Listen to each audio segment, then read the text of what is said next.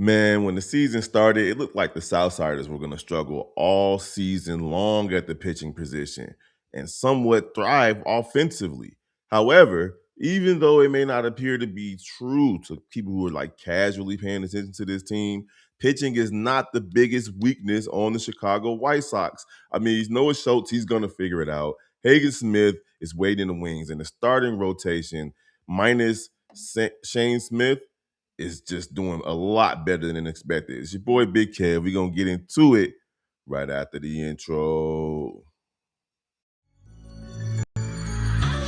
Welcome to Chicago White Sox Central, your number one place for all Sox news and content.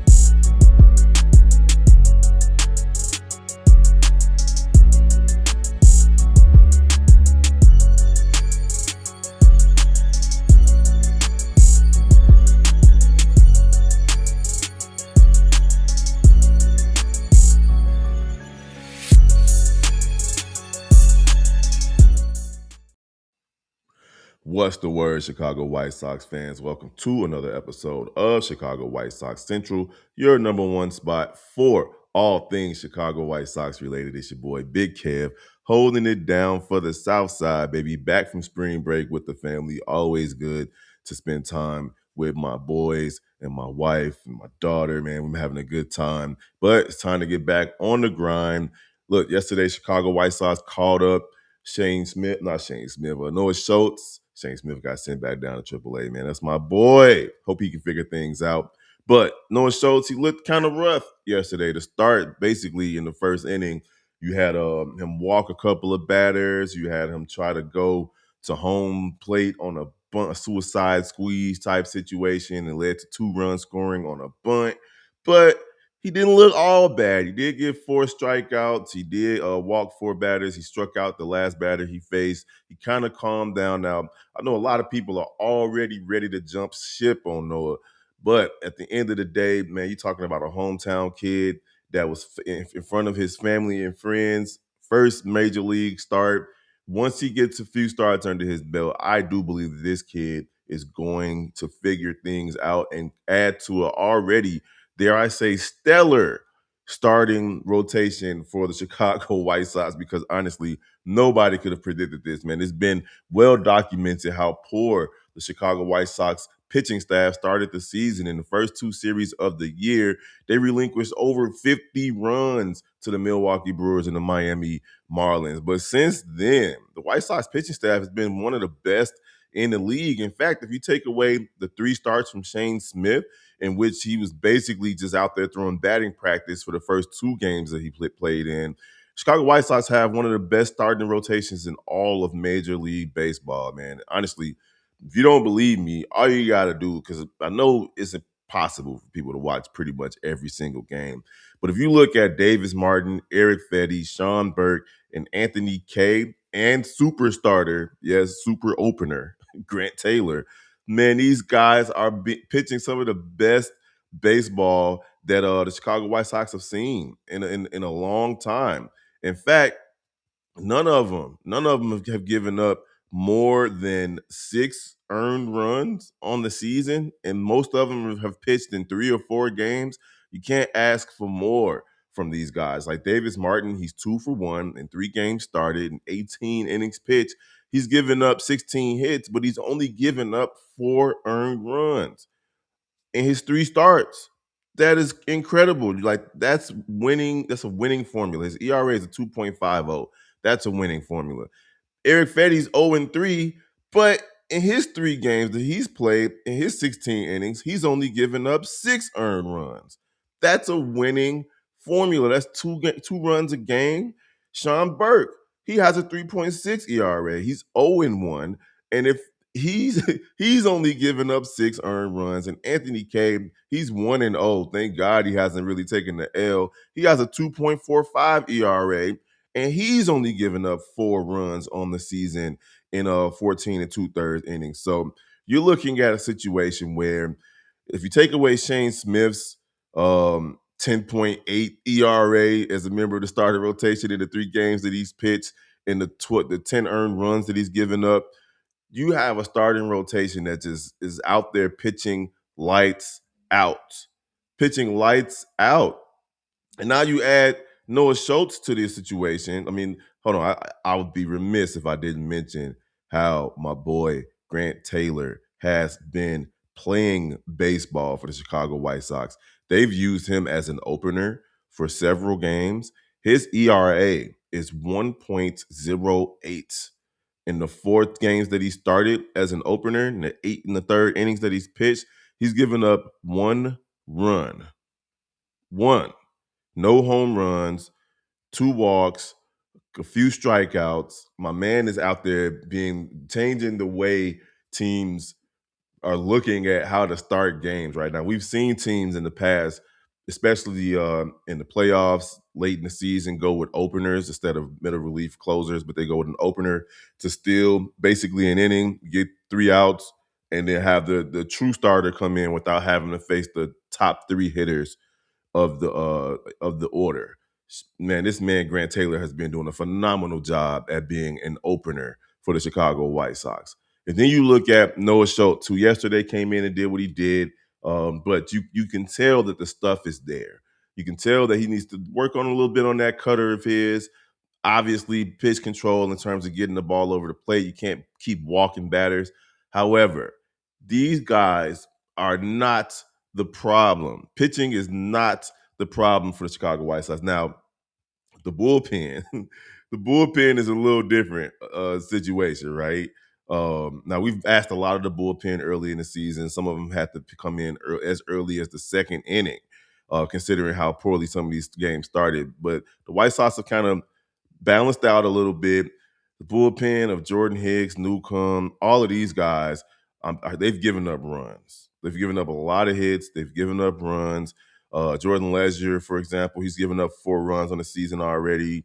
Murphy's given up 7 runs. Sims came in yesterday and promptly gave up runs. And again, it was close. When Schultz left, it was just 4-3. The White Sox had an opportunity to win that game yesterday, but it didn't work out.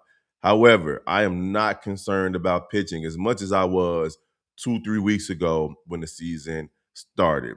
So I'm not worried about Noah Schultz. He's going to be okay. And I'm excited for Hagen Smith. He's going to come up and contribute to this starting rotation as well. And that might allow Taylor to kind of go back to his middle relief situation and not have to be an opener. But I like what I've seen so far. If anybody, though, I mean, like right now, Smith doesn't really have to be called up because Martin, Fetty, Burke, and Kay, they're doing their jobs. Like they're really impressing me. I know that you guys are impressed too. If you're not, you got to go back and look at the tape. Go look at some of these games. Hit up YouTube, see what these guys have been up to because the starting pitching rotation is not the problem, and the bullpen isn't as bad as they've been. Sir Anthony Dominguez is taking care of business. Man, I am not mad at I mean, besides the game against Milwaukee where he promptly came in and just gave up a home run to Christian Yelich. But other than that, he got 3 saves on the season already. So not mad at him, and 7 strikeouts on the season. That 1 home run he gave up to Yelich early in the season is the only one he's given up. And he's only given up 2 earned runs on the season. So you gotta like what you're seeing from our closer. You have to like what you're seeing from our starters. The middle relief are gonna have to figure some things out. But once Grant Taylor's back in that release spot, perhaps we can get a little bit more consistency there. Where the Chicago White Sox have been inconsistent, though, is offensively. Now, I know my boy Money Munitaka Murakami has hit 5 home runs on the season. He got another one yesterday. It was kind of like in garbage time, but he did get the home run. Not mad at him. That's his 5th home run on the season. He's doing really, really well. He's tied with Shohei Ohtani on 5 home runs in the season, so not mad at him. But man, these guys strike out a lot, a ton. Shout out to Lenny Sosa who got traded.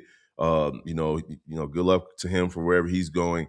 But before he left, he contributed to the strikeouts as well. But listen, man, Chicago White Sox top 1, 2, 3, 4, 5 hitters. All right, no, we're gonna go with not 5 because Luis Angel, he's not really striking out. But Colson Montgomery coming off a stellar season last year. He does have 3 home runs so far this year. Not mad at him, but he has 20 strikeouts in 17 games. Chase Mydroth is our leadoff hitter. He started off really, really poorly. He was at 9 strikeouts in the first 2-3 series. He's tapered off a little bit. He's at 15 strikeouts, though, on the season, 16 games. Miguel Vargas, 14 strikeouts in 16 games. We know Murakami's going to strike out a lot. 22 strikeouts in 17 games. And then Edgar Quero has 10 strikeouts. Benintendi, who's supposed to be a veteran on his team, 20 strikeouts. Tristan Peters, 13 strikeouts. You get the picture. A lot of guys with double-digit strikeouts. Some of them already in the 20s in the strikeouts. That's 166 strikeouts for the Chicago White Sox. To put that into perspective, the Chicago White Sox have 166 total bases in terms of how many times they've gotten to first, second, or third base. These guys have the same amount of strikeouts. Same amount of strikeouts. So something's going to have to give. You have 103 hits and 166 strikeouts. That is not going to get it done at a major league level. And then when you look at these batting averages, it is horrendous. Nobody's hitting above 250. Everson Pereira is playing pretty well in the 20 games. In the 20 at bats that he has, he's only played in 6 games. In the 20 at bats that he has 4 hits. That's the only person on this roster hitting 250, with the exception of Harris. He's only played in 6 games. But all your main guys, 186 for Montgomery, awful. 203 for Meidroff. That's not. It's bad for your leadoff hitter, but he does have 8 walks. Vargas, 167. Murakami, 167. Luis Angel, 180. Edgar Quero, who's one of your better hitters, 146. It's bad out there. Benintendi, 175. Reese McGuire, 125. You get the picture. Chicago White Sox are not hitting, which means that their on base percentage is terrible, which means that their slugging percentage is terrible. That's all connected. So once the offense figures out how to start hitting consistently, Chicago White Sox are going to put themselves in the position to finish the month of April on a high note. You got 2 more weeks of baseball to play in the month of April, and to go into the month of May and kind of try to play 500 or better above baseball, because pitching is doing their job. The starting pitching specifically, they're doing their job. The Chicago White Sox lost 2 games over the weekend versus the Kansas City Royals. And shout out to them for getting the split, right? For getting the split against Kansas City in a city where the Chicago White Sox had, prior to winning last Thursday, lost 14 in a row in Kansas City, right? They won 2-0, then they lost 2-0 twice. And then they finished out the series winning 6-5. So the offense is just, it's been really, really bad. Like really, really bad. In the series versus Baltimore, when they got swept, the Chicago White Sox lost 2-1, 4-2, and 5-3. That is not on the Chicago White Sox starting pitching. Now, you score 6 runs in 3 games. Not good. And then you win 2 out of 4 versus Kansas City, but you only scored 8 runs in 4 games. And you won that last one on Sunday 6-5. So you didn't score in 2 of those games. It's just not a good look. And then last night, the Chicago White Sox basically were down 8-3 the whole game. Murakami hit that home run to make it 8-5 to give it a respectable score. But today versus the Tampa Bay Rays later on tonight, Burke is going to go out there and do what he's supposed to do, put you in the position to win. And Chicago White Sox offense is going to have to show up. You got Burke on the mound versus, hold on, let me just pull up the whole thing, versus Schultens. Chicago White Sox have an opportunity tonight to get another win, but they're just, the offense has been completely and utterly inconsistent, where it looked as though they were going to be the bright spot of this team coming into 2026. Now they're the reason why the Chicago White Sox are losing games. They're losing games because of the offense.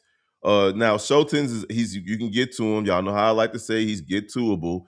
He 4 in the 2/3 innings pitched so far this season, 4 hits, 4 strikeouts, 1 walk, 0 home runs. We know Sean Burke, 3.60 ERA, 15 innings pitched, 13 hits, 15 strikeouts, 3 walks, no home runs.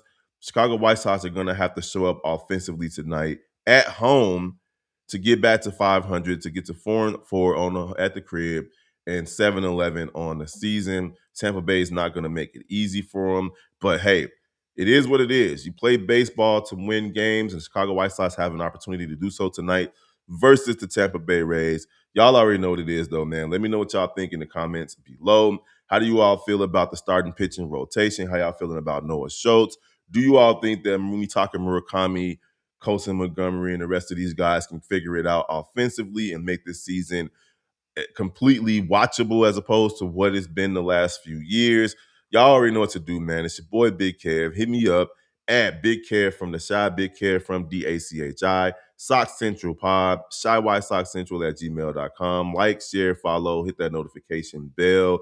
And don't forget to follow the rest of the Chi-Town Sports Central family. Type in your favorite Chicago sports team, put the word Central behind it. You will find one of us. We will be live for the Chicago Bears draft next weekend. So check out our final drafts of the mock drafts. We're going to be doing that leading into the draft. I should be able to be going live to do a watch along with when the Chicago White Sox go on the road to the West Coast to take on the Athletics Friday, April 17th. So you guys can do some late night baseball watching with me right here. It's your boy Big Kev holding it down for the South Side, man. We're going to holler at you guys. Appreciate the love and support. We're going to holler at you guys next time. Peace. This has been a